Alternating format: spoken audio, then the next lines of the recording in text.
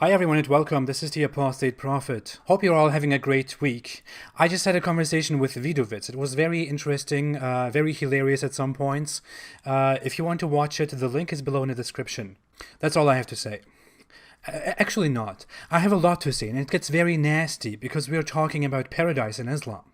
It gets nasty because paradise in Islam is very much about 7th century Arab sex fantasies and also about other weird things like slavery. It's some weird form of slavery. You have those sex slaves that are only created for the Muslims, who serve the Muslims completely with their vaginas and their breasts.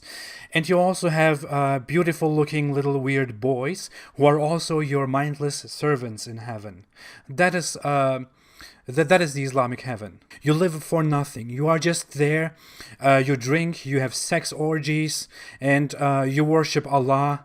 And that's it. There is absolutely no point. What's even the purpose? Who even wants to go to that place? What is even the point? Before I get into ranting about that, let's come to our topic. If you discuss Islam with moderate Muslims, also known as Muslims who don't follow their religion properly, they will usually try to destroy your well-substantiated arguments by telling you that the 72 virgins concept doesn't define Islam. Some might even say that it doesn't exist in Islam, and others might even go as far as to tell you that the concept of sex virgins does not exist in Islam.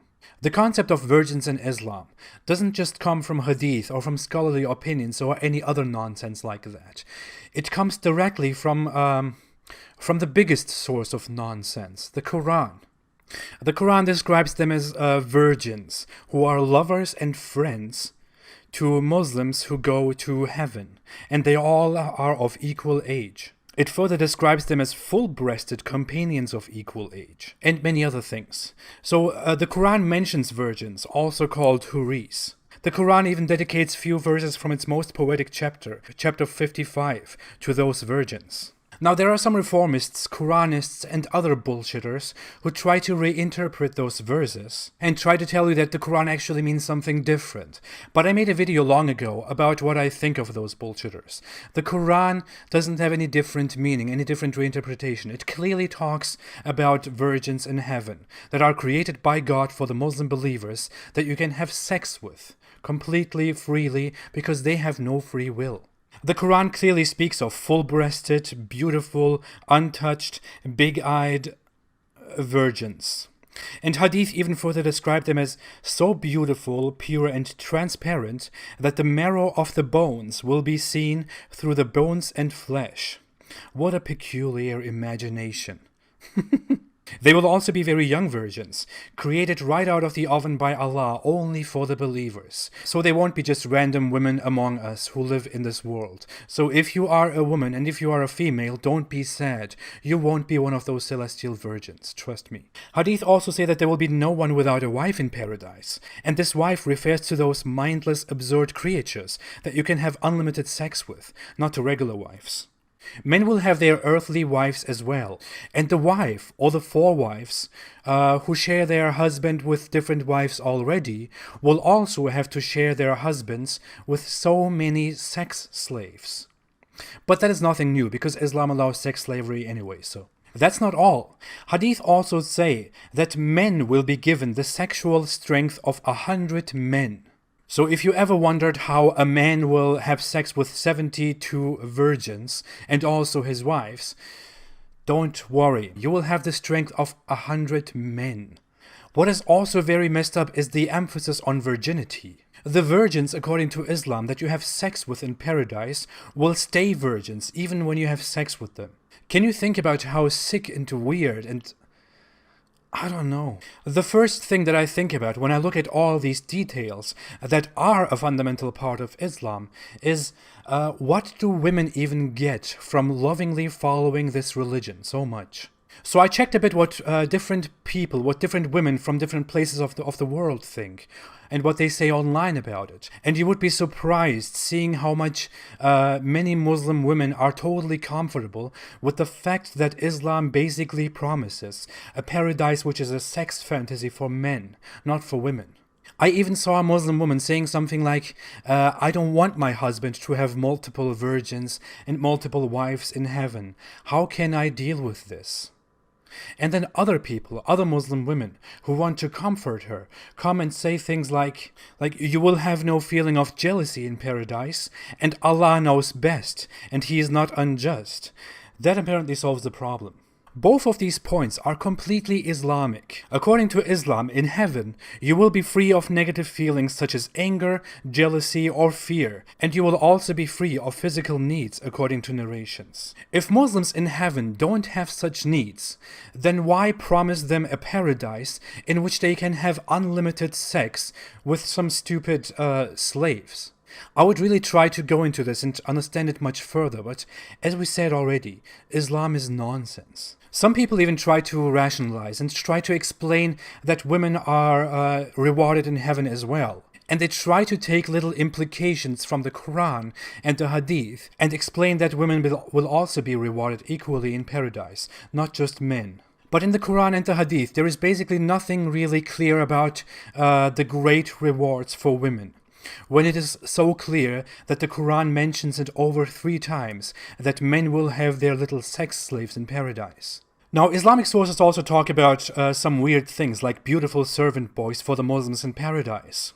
That's not really sexual. Historians find that servants in Arabia at that time were usually boys that were described as beautiful. But from here you can also see that Islam has a very Arab influence, and it had the Arab influence from the very beginning, which means that Islam is not a global religion. The emphasis on the boys being so beautiful is also quite weird. You can just play with your imagination about that a bit. That said, we have a very, very special and beautiful title for this video. So let's jump into the best thing about Islam. 72 juicy virgins.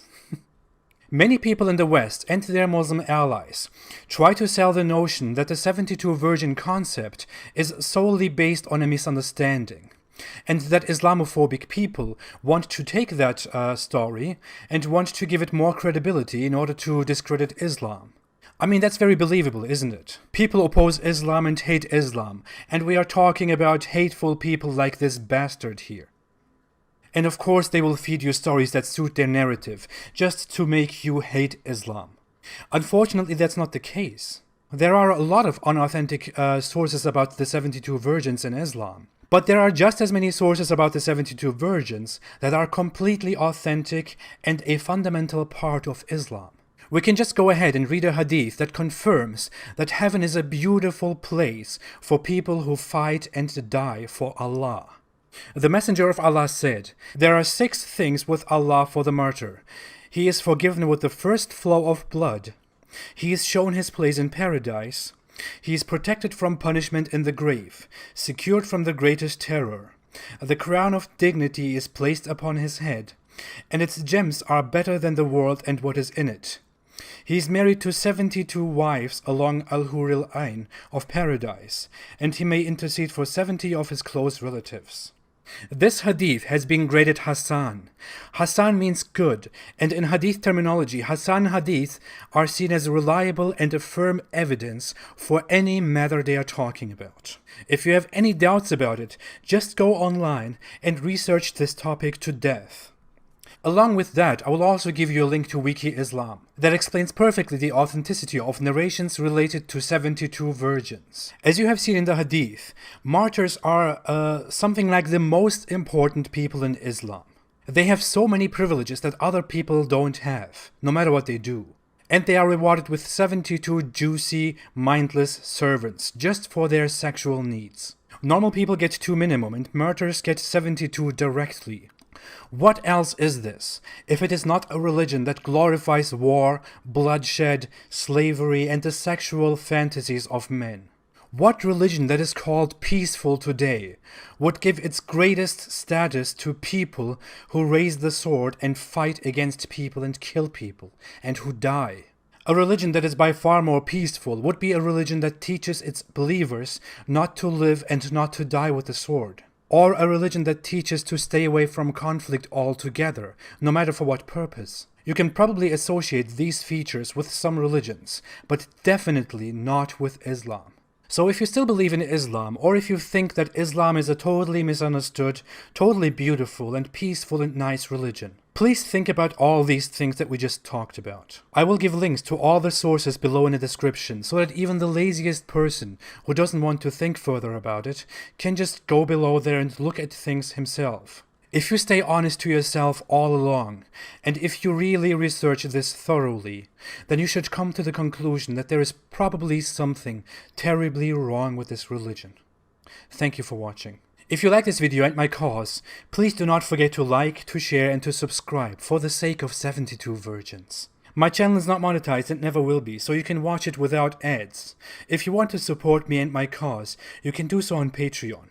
The link is in the description. Thank you very, very much. I will see you on Tuesday with a Q&A session. You can submit your questions there and I will try to answer as much as possible. Thank you very much, my dear friends, and stay away from juicy virgin Islam.